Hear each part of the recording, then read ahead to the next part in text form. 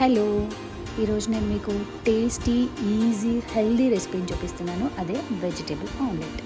దానికోసం నేను పాలకూర, మష్రూమ్స్, క్యారెట్, గ్రీన్ చిల్లీ తీసుకున్నాను.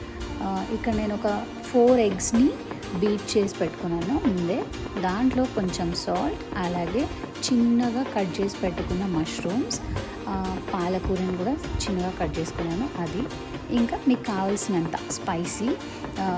స్పైస్కి తగినట్టు పచ్చిమిర్చి వేసుకొని చిన్నగా కట్ చేసుకొని లేదా తురుముకున్న క్యారెట్ని కూడా వేసుకోండి. ఎక్కువ క్యారెట్ వేస్తే మళ్ళీ స్వీట్ ఎక్కువ అయిపోతుంది, సో కొద్దిగా వేసుకోండి. దాంట్లో కొంచెం కారం పొడి, అలాగే కావాలంటే ధనియా పొడి. నేనేం వేయలేదు, జస్ట్ కారం పొడి వేసేసి దాన్ని ఒక మంచిగా కలిపేసుకున్నాను.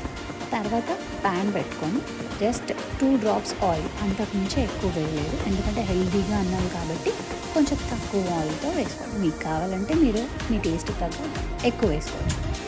ఇక్కడ నేను 4 eggs తీసుకున్నాను, దానికి ఇది 2 personsకి సరిపోతుంది.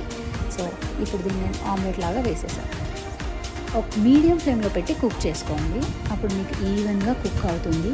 అలాగే కొద్దిగా ఫ్లిప్ చేసేటప్పుడు కూడా, తిరిగేసేటప్పుడు కూడా స్లోగా వేసుకోండి, లేదంటే విరిగిపోయే ఛాన్స్ ఉంటుంది కదా. సో అందుకని మంచిగా కుక్ అయిన తర్వాతే ఫ్లిప్ చేయండి. ముందే తీసినా మళ్ళీ విరిగిపోతుంది.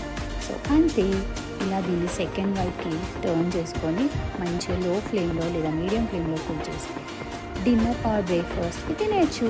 ఈజీ కదా. సో ఇంకా లేట్ ఎందుకు, మీరు ట్రై చేసేయండి. బాయ్.